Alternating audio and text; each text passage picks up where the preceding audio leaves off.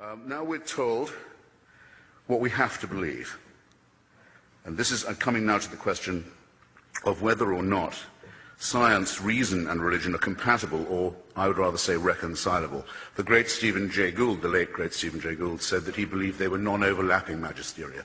You can be both a believer and a person of faith. Sitting in front of me is a very distinguished, extremely distinguished scholar, Francis Collins, helped us to unlock the Human Genome Project, who is himself a believer. Here's why I, a non-scientist,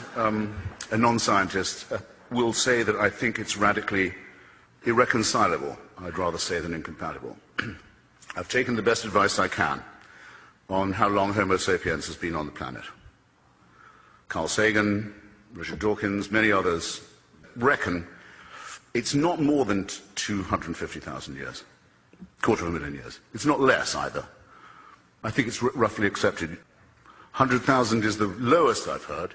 And actually I was about to say, again not to sound too Jewish, I'll take 100,000. I only need 100,000. Call it 100.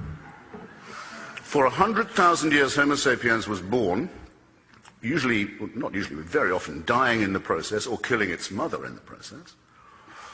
Life expectancy probably not much more than 20, 25 years.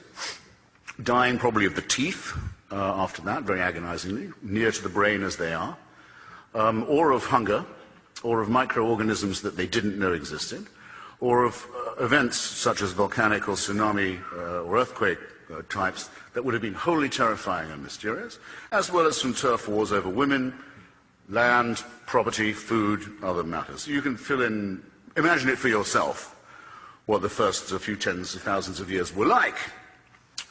According to the Christian faith,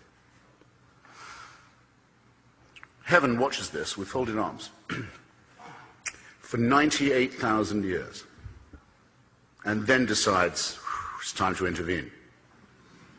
And the best way of doing that would be a human sacrifice in primitive Palestine, where the news would take so long to spread that it still hasn't penetrated very large parts of the world.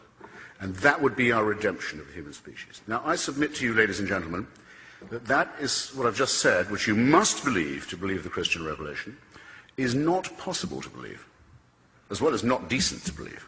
Why is it not possible? Because a virgin birth is more likely than that. A resurrection is more likely than that.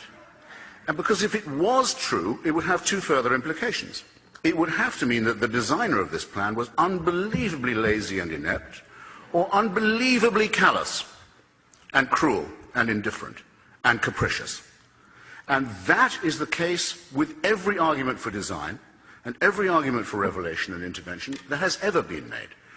But it's now conclusively so because of the superior knowledge that we've won for ourselves by an endless struggle to assert our reason, our science, our humanity, our extension of knowledge against the priests, against the rabbis, against the mullahs who've always wanted us to consider ourselves as made from dust, or from a clot of blood, according to the Quran, or as the Jews are supposed to pray every morning, at least not female or Gentile.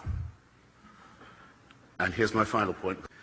It appeals both to our meanness, our self-centeredness, and our solipsism, and to our masochism. In other words, it's sadomasochistic. I'll put it like this.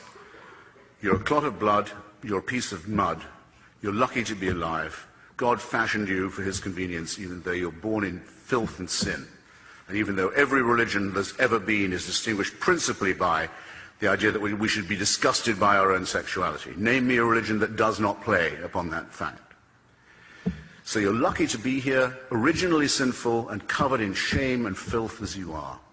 You're a wretched creature. But take heart. The universe is designed with you in mind. And heaven has a plan for you.